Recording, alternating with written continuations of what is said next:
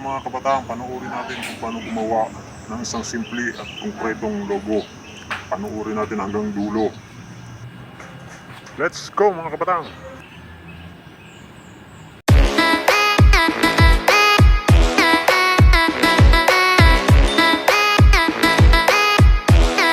Ito na nga mga kabataan, ituturo ko sa inyo kung paano gumawa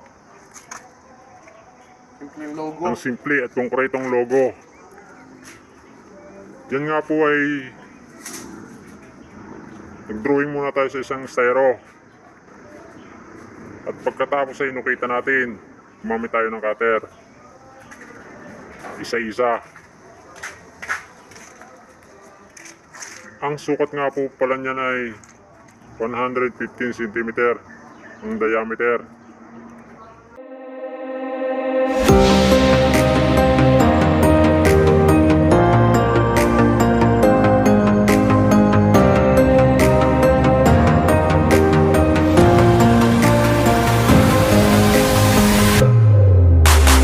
At dyan nga po ay lilipat na natin, papatong natin sa ginawa kong bilog na parang lamesa. Ayan na nga po. At nagtanggalan pa ang mga letra. Balik muna natin. Yan. Para hindi tayo malito. At maya maya lang po ay bubuhusan na natin yan. Yan po ang pinakang gagawin natin logo. Yan. At dyan po ay sinukat muna natin lahat ng gilid. At baka mamaya ay hindi sentro. Yan, isa-isa po natin yan. At dyan po ay tatanggalin natin ang espada. Espada ni kamatayan. Bago buhusan natin ng konkreto. Yan. Kailangan po medyo malambot lang. Para hindi magapak ang halo. At isusunod naman po natin ang puno. Puno ng niyog yata yan o puno ng kape. Ayan po, tuloy-tuloy na natin lalagyan ng halo. Ang mga letra.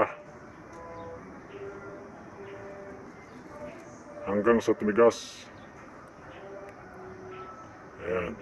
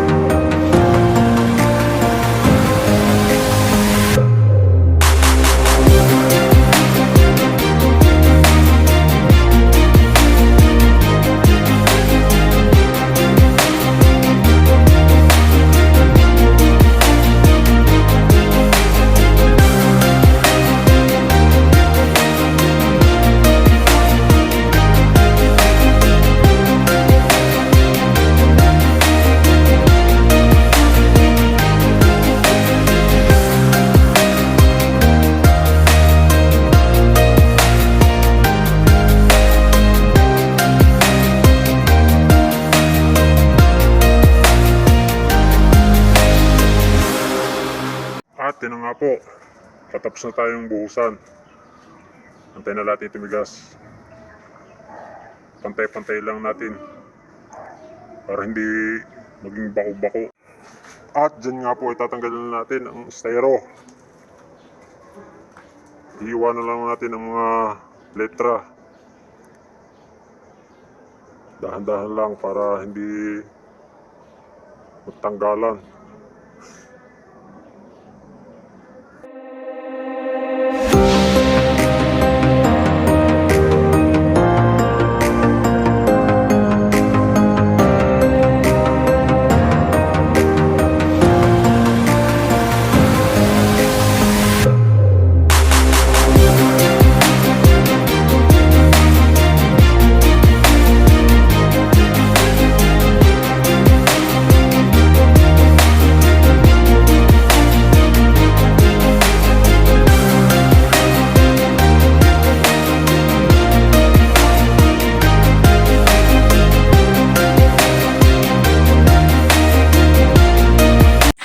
Yan na nga po ang resulta ng ating pinaghirapan. Ating wawalsan muna at makalat. Yan. Lagyan natin ng mga kalat-kalat na pero.